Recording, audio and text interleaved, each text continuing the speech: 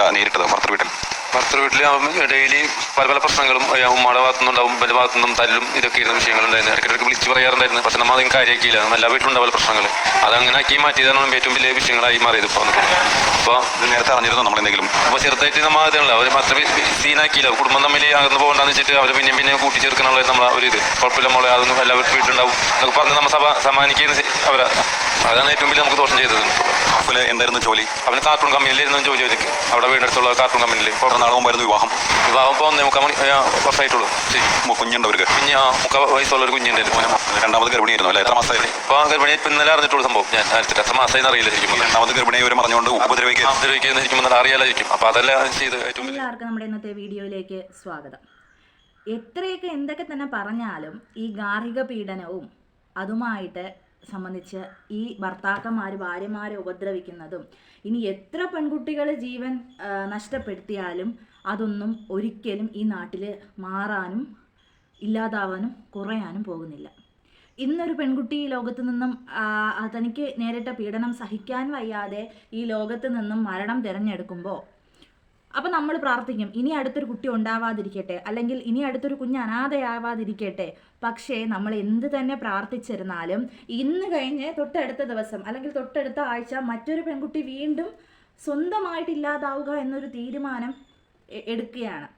അതെന്തുകൊണ്ടെന്ന് വെച്ചാൽ മറ്റുള്ളവരുടെ മുന്നിൽ അവരുടെ മുന്നിൽ താന്നു കൊടുക്കാൻ പറ്റാത്തത് കൊണ്ടാണോ, അല്ലെങ്കിൽ ഇത്രയും ഉപദ്രവിച്ചിട്ടും ഇനി ഞങ്ങൾ വിട്ടുകൊടുക്കില്ല എന്നുള്ള വാശിയിൽ മരിക്കുന്നതാണോ, ഇനി സഹിക്കാൻ വയ്യ എന്ന് പറഞ്ഞിട്ട് മരിക്കുന്നതാണോ, ഇന്ന് സത്യം പറഞ്ഞാൽ മനസ്സിലാക്കാൻ പറ്റുന്നില്ല കേട്ടോ. ഇപ്പോൾ കഴിഞ്ഞ ദിവസം ഫസീല എന്ന് പറയുന്ന ഒരു പെൺകുട്ടി സ്വയം ടെറസിൽ ഇങ്ങനെ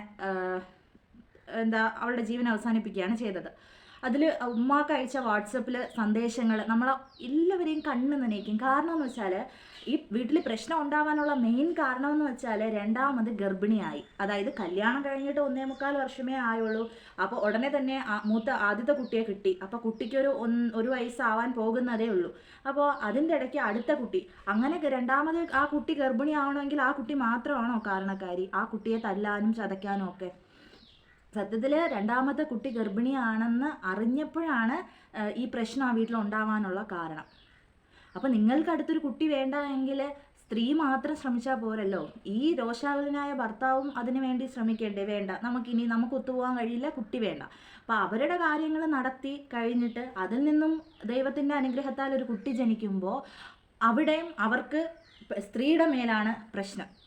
എന്താണ് ഈ നാട് ഇതുവരെ നന്നാവാതെ എന്ന് പറഞ്ഞാൽ, നിങ്ങൾക്ക് കുട്ടി വേണ്ടെങ്കിൽ നിങ്ങളത് പോസ്റ്റ്പോൺ ചെയ്യുക, നിങ്ങളത് മാറ്റി വയ്ക്കുക. നിങ്ങൾക്ക് എന്നാണോ അടുത്തൊരു കുട്ടിയെ അക്സെപ്റ്റ് ചെയ്യാൻ കഴിയുന്നത് ആ സമയത്ത് നിങ്ങൾ ശ്രമിക്കുക. കിട്ടിയില്ലെങ്കിൽ ഒരു ഡോക്ടറെ സഹായം തേടുക. ഇതൊന്നുമല്ലാതെ നിങ്ങളുടെ ഇഷ്ടങ്ങൾ നടത്തിയിട്ട് അതിലൊരു കുട്ടി ജനിക്കുമ്പോൾ അത് പിന്നെ ബാധ്യതയായി, അത് ശല്യമായി. എന്തായാലും നമ്മളെ നാട്. അപ്പോൾ ഇപ്പോഴും വളരെ എനിക്ക് സത്യം പറഞ്ഞാൽ ആ ന്യൂസ് കേട്ടപ്പോൾ വളരെയധികം അതിൽ ആ കുട്ടിയുടെ മാമൻ പറയുന്ന ഒരു വീഡിയോ ഉണ്ട്. ഒരുപാട് പ്രശ്നങ്ങൾ ഉണ്ടായിട്ടുണ്ട്, അവൾ വിളിച്ച് പറഞ്ഞിട്ടുണ്ട്. പക്ഷെ നമ്മളതൊന്നും കാര്യമാക്കിയില്ല. ഒരു കുടുംബമല്ലേ, അതിനെ പിരിക്കണ്ട എന്ന് പറഞ്ഞ് നമ്മൾ ഒത്തുചേർത്ത് കൊണ്ടുപോയി. അതുകൊണ്ടാണ് ഈ പ്രശ്നം ഉണ്ടായത്. അപ്പോൾ അവർ തന്നെ പറയുന്നുണ്ട്, അങ്ങനെ ഒത്തുതീർപ്പാക്കിയതാണ് ഇപ്പോൾ ഞങ്ങൾക്ക് ഈ വലിയ വേദന വരാനുള്ള കാരണം. അപ്പോൾ എന്തായിരുന്നാലും ഫസീലയ്ക്ക് നീതി കിട്ടട്ടെ എന്ന് മാത്രമേ നമുക്ക് പ്രാർത്ഥിക്കാൻ പറ്റുള്ളൂ. നീതി കിട്ടില്ല, അത് തന്നെയാണ് 100% ഉറപ്പാണ്. നീതി കിട്ടില്ല എന്ന് തന്നെ പറഞ്ഞുകൊണ്ട് നമുക്ക് ഈ വീഡിയോ നിർത്താം. അപ്പോൾ എന്താണ് ഈ ഫസീലയുടെ കാര്യത്തിൽ നിങ്ങളുടെ അഭിപ്രായം നിങ്ങൾ കമൻറ്റ് ചെയ്യണേ. അപ്പോൾ നമുക്ക് ഫസീലയ്ക്ക് വേണ്ടി പ്രാർത്ഥിക്കുകയും കൂടി ചെയ്യാം. അപ്പോൾ നമുക്ക് അടുത്ത വീഡിയോയിൽ കാണാം. ബൈ.